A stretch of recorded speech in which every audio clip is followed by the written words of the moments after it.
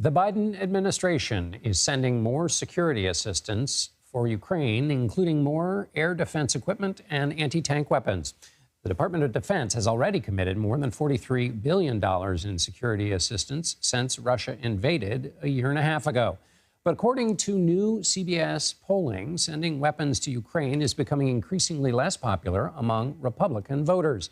CBS News Executive Director of Elections and Surveys, Anthony Salvanto, joins me now. Anthony, it's good to have you back.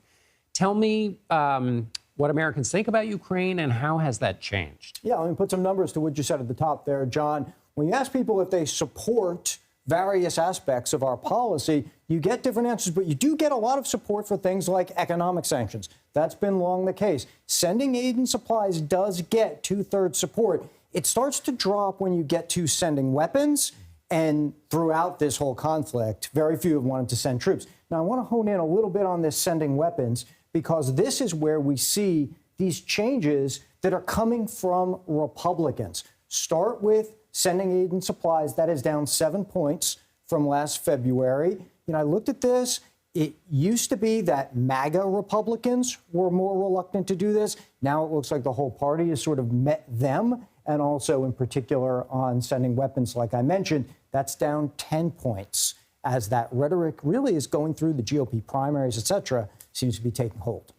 And this is a Biden policy. So what and how is this related to the president? Two important things. One is whenever you look at foreign policy aspects, oftentimes it's partisan because people take their cues from, well, do I like the person in charge? Right? So here, no surprise. Most Democrats, he's handling things right. Most Republicans don't think so. The other thing for context, John, as all this goes forward is I want to show you Joe Biden's overall approval number, because I want to point to this time point right here in the summer of 2021, when his approval rating really started to fall. That was during the withdrawal from Afghanistan. So if you think foreign policy doesn't have an impact on a president, that is clear evidence that it can, even if the particulars of policy get lost sometimes. Right. A key moment still lingering with him. Anthony Salvanto, thank you. Welcome.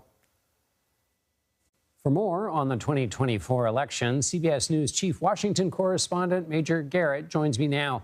Major, we just talked to Anthony about the issue of Ukraine and how Americans see that in the political context, which leads me to my question about Nikki Haley, running for the Republican nomination. She's talking a lot about her foreign policy experience, attacking President Biden on his policies, specifically on China. Is there room for that? Is she picking up attention by talking about her foreign affairs experience in the Republican race? Well, there's certainly room for it, John, and Nikki Haley made many of her most positive impressions at the first Republican debate on questions about foreign policy and differences with others on the stage. The problem for Nikki Haley and every other Republican seeking the nomination, not named former President Trump, is it's just very hard to get broadly well-received attention for things you are talking about in the policy sphere, not only because former President Trump takes up a tremendous amount of political attention as the undisputed frontrunner, but every development in his various legal cases also takes up time and attention.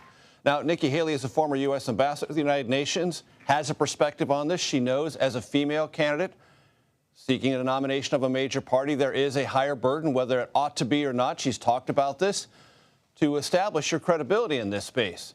But let's talk about something that's very specific to Nikki Haley's campaign, John. She needs to do well in the early contests. Well, I was reading in Iowa reporters today in the Des Moines Register that Nikki Haley hasn't been to Iowa since she was there at the Iowa State Fair on August 12th, not scheduled to come back to the state until September 16th. And the question being asked by Iowa reporters is Nikki Haley missing her moment in that first-in-the-nation caucus state? Now, Haley has been in South Carolina, New Hampshire.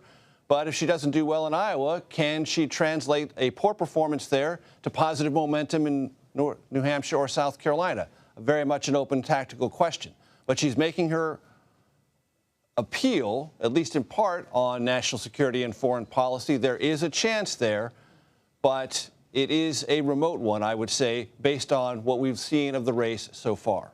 Let me pick up on that, your point about former President Trump. There is an effort now with an uptick in COVID cases. Various Republican hopefuls, including Nikki Haley, but Tim Scott, Senator Tim Scott, Governor Ron DeSantis, are attacking COVID mitigation measures, but also attacking former President Trump for listening to Anthony Fauci. How does that play out in the Republican race?